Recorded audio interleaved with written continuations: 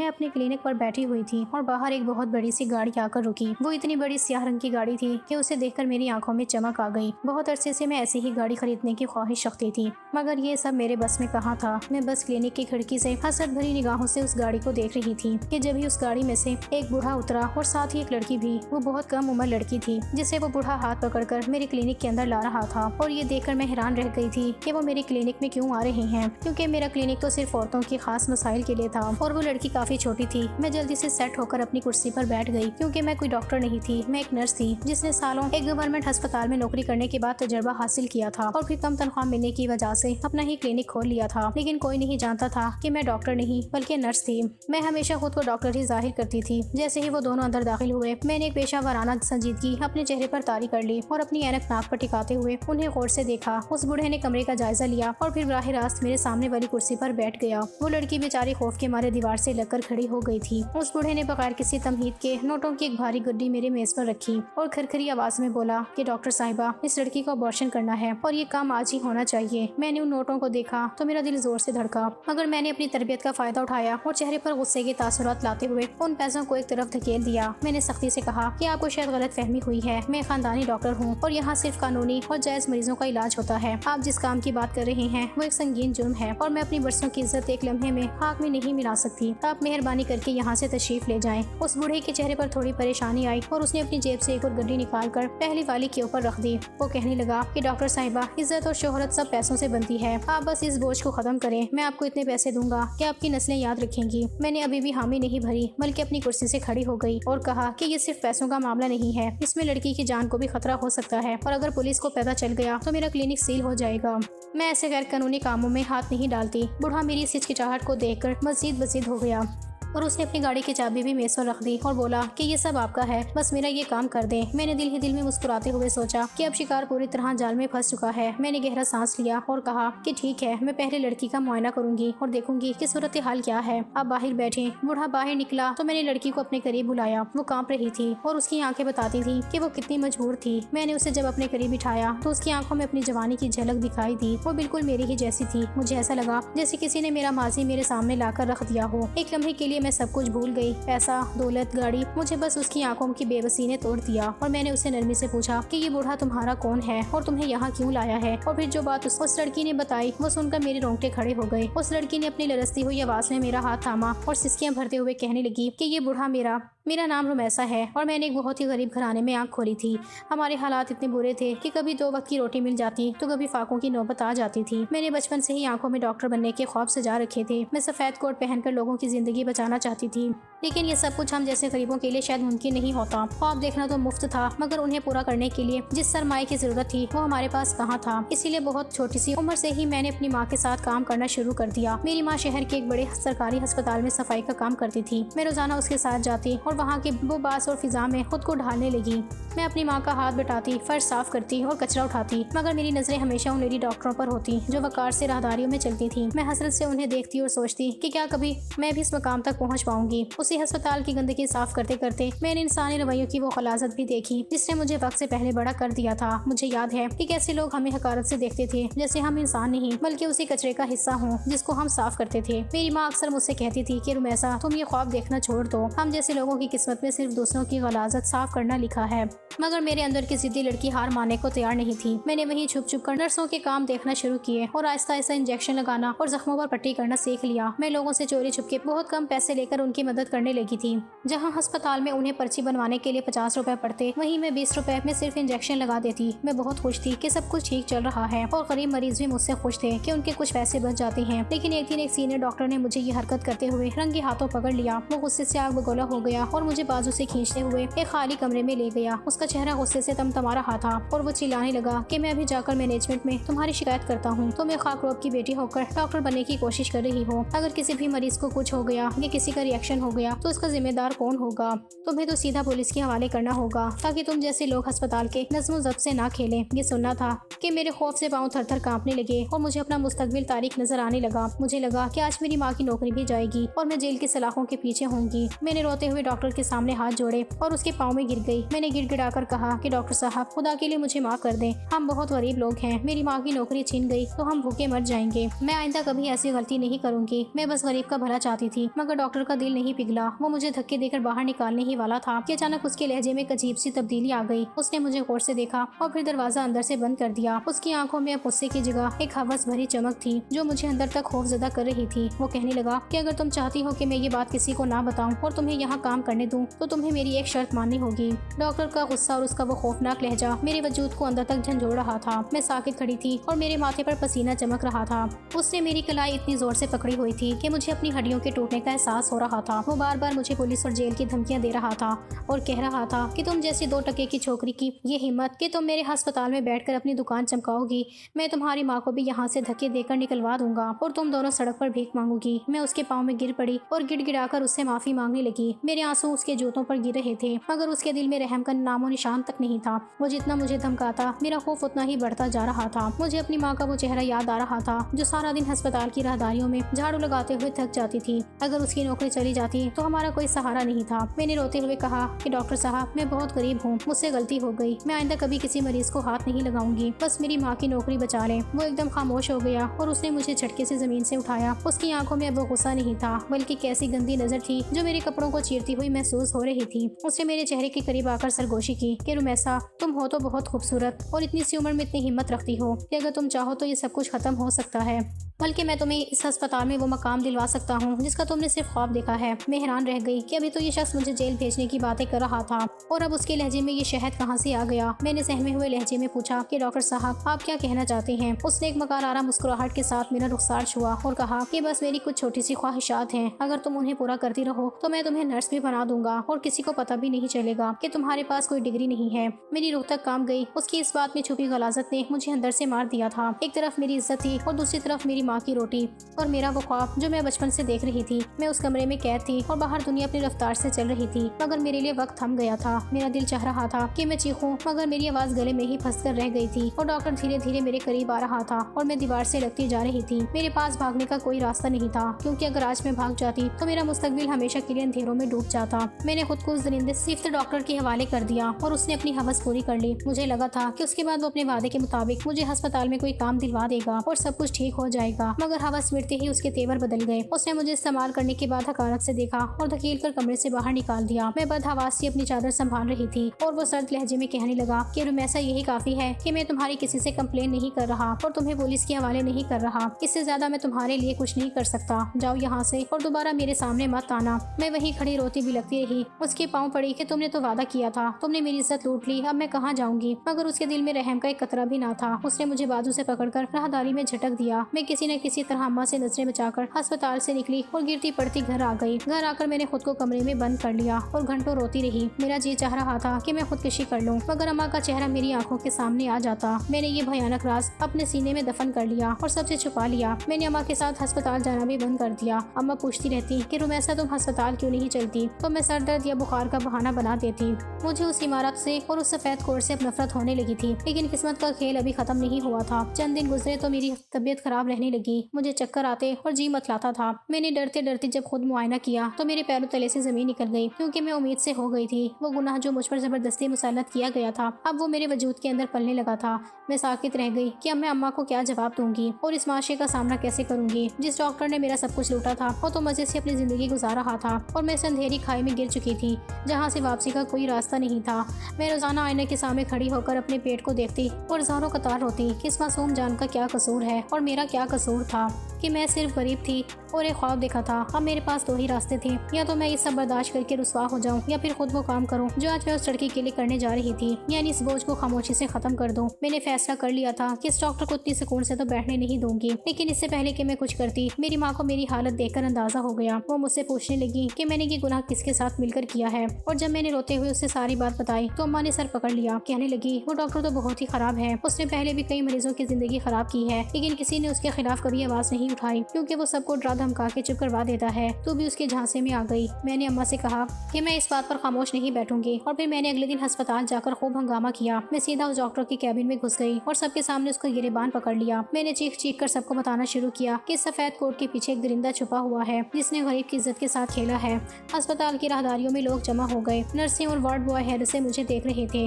वो डॉक्टर पहले तो बौखला गया मगर फिर उसने अपनी पुरानी चाल चली और सिक्योरिटी गार्ड्स को बुलाकर बाहर फेंकवाने का हुक्म दे दिया। वो हंसता हुआ कहने लगा कि ये लड़की पागल है और इसकी माँ यहाँ सफाई करती है। ये लोग उससे पैसे बटोरने के लिए ये ड्रामा कर रहे हैं। उसकी ये बात सुनकर मेरा खून खोल उठा। मैंने उसे बद्दुआएं दी और कहा कि तूने जो बीज बोया है वो एक दिन तेरी अपनी बर्बादी का सबब बनेगा। इस हंगामे का नतीजा ये निकला कि मेरी माँ की नौकरी भी चली गई और हमें वहाँ से रुस्वा करके निकाल दिया गया। हम सड़क पर आ गए थे। न सर छुपाने को छत थी और न ही पेट भरने को रोटी।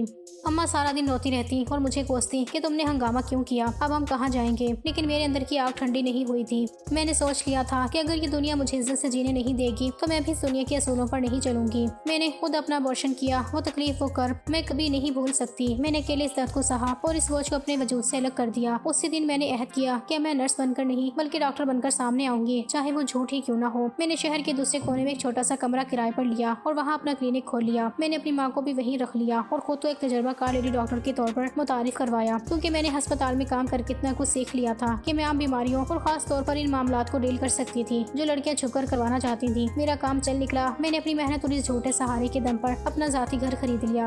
अपनी छोटी बहन को बेहतरीन स्कूल और कॉलेज में तालीम दिलवानी शुरू की ताकि जो ख्वाब मैं पूरा न कर सकी वो मेरी बहन पूरा करे। लेकिन इस बीच मेरी माँ का इंतकाल हो गया जो मेरे लिए बहुत बड़ा सदमा था। मैं खुद को दुनिया में बिल्कुल तन्हा महसूस करने लगी थी। मेरे लिए कई लोगों ने शादी के रिश्ते भी भेजे मगर माजी के जख्मों ने मुझे इस तरह चीरा था कि मैं किसी मर्द पर एतबार करने या शादी के बारे में सोचने के लिए भी तैयार नहीं थी। मेरे जहन में बस वही अस्पताल का कमरा और वो दरिंदा सिर्फ डॉक्टर घूमता रहता था जिसने मेरी जिंदगी बर्बाद की थी। मैंने अपनी तमाम तर तवज्जो अपनी छोटी बहन पर मरकूज कर दी। उसकी तालीम मुकम्मल करवाई और उसे एक अच्छे घराने में इज्जत के साथ रुखसत कर दिया और फिर मैं अपने इस बड़े से घर और क्लिनिक में बिल्कुल तनहा रह गई। मैंने अपने क्लिनिक में काम में मदद के लिए कम उम्र लड़की रखी थी जो सफाई सुथराई और मरीजों को संभालने में मेरी मदद करती थी। वो भी गरीब घराने से ताल्लुक रखती थी इसलिए मैं उसे अच्छे खासे पैसे दे दिया करती थी ताकि उसे वो सब ना झेलना पड़े जो मैंने झेला था। इत्तेफाक से पिछले कुछ दिनों से वो छुट्टियों पर अपने गाँव गई हुई थी और मैं क्लिनिक में बिल्कुल तनहा ही थी जब वो बड़ी स्याह गाड़ी मेरे क्लिनिक के बाहर आकर रुकी थी। उस गाड़ी की चमक और उस बूढ़े की जेब से निकलती नोटों की गड्डियां देखकर मेरे अंदर की वो लालची औरत जाग उठी थी जो बरसों की महरूमियों के बाद अब सिर्फ पैसा बटोरना चाहती थी। मैंने उस कम उम्र लड़की की हालत देखकर हमदर्दी की बजाय उसे लूटने का सोच लिया था। मैंने तहैया कर लिया था कि उस बूढ़े से इतनी रकम लूंगी कि मेरी अगली जिंदगी शाहाना गुजरेगी। मगर जैसे ही उस लड़की ने अपना मुंह खोला और वो लरसता हुआ जुमला बोला तो मेरी सारी मनसूबा बंदी धरी की धरी रह गई। उसने मेरी तरफ देखकर कहा कि डॉक्टर साहिबा ये बूढ़ा मेरा मालिक है। मैं इसके एक बहुत बड़े और आलिशान बंगले पर नौकरी करती हूँ। मैं बहुत गरीब हूँ और मेरा इस दुनिया में अपनी बीमार माँ के सिवा कोई नहीं है। मेरी माँ पिछले कई महीनों से बिस्तर पर पड़ी जिंदगी और मौत की जंग लड़ रही है। उनके इलाज के लिए मुझे बहुत ज्यादा पैसों की जरूरत थी। मैंने हर जगह हाथ फैलाए, हर किसी से मदद मांगी मगर इस बेहिस दुनिया में किसी ने मेरी पुकार ना सुनी। आखिरकार जब मैं थक हार गई तो मैंने उसी बूढ़े मालिक के सामने झोली फैलाई और अपनी माँ की जिंदगी की भीख मांगी। उसने मेरी बेबसी को अपनी हवस की ढाल बना लिया। उसने मुझसे कहा कि वो मेरी माँ के इलाज का सारा खर्च उठा लेगा लेकिन उसके बदले में उसे मेरी जवानी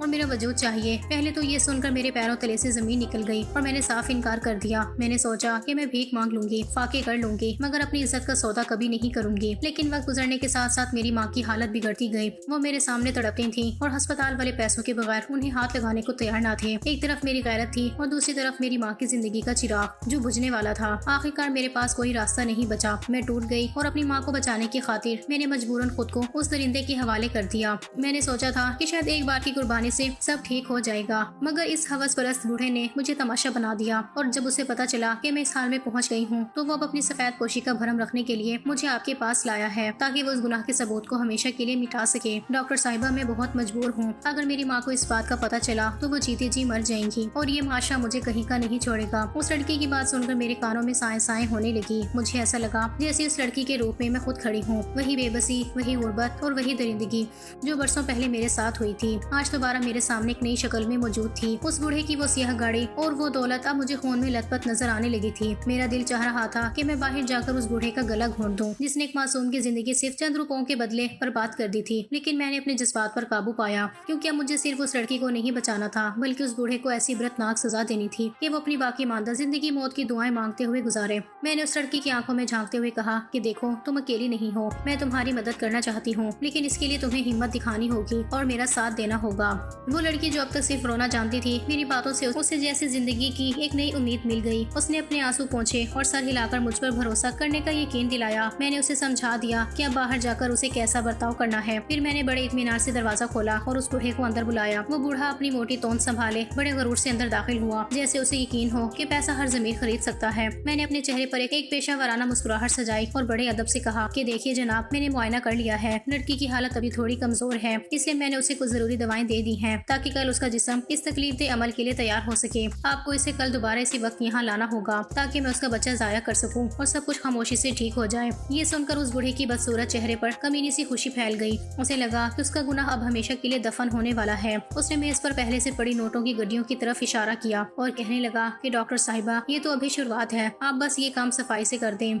कल जब ये बोझ खत्म हो जाएगा तो मैं वादा करता हूँ कि आपको उस सियाह गाड़ी का तोहफा भी दे दूंगा जो बाहर खड़ी है। और फिर वो उस मासूम लड़की का हाथ पकड़कर फातिहाना अंदाज में वहाँ से चला गया। मुझे उसकी पुश्त देकर घिन आ रही थी, मगर मैंने अपने गुस्से को दबा लिया क्योंकि मेरा असल वार अभी बाकी था। जैसे ही वो गाड़ी नजरों से उछल हुई, मैंने क्लिनिक का दरवाजा अंदर से बंद किया और अगले दिन का वो खौफनाक मंसूबा तैयार करने लगी जिसने उस बूढ़े की जिंदगी बदल कर रख देनी थी। मैंने सोच लिया था कि उसे सिर्फ पुलिस के हवाले करना काफी नहीं होगा, क्योंकि इस जैसे लोग पैसों के जोर पर छूट जाते हैं।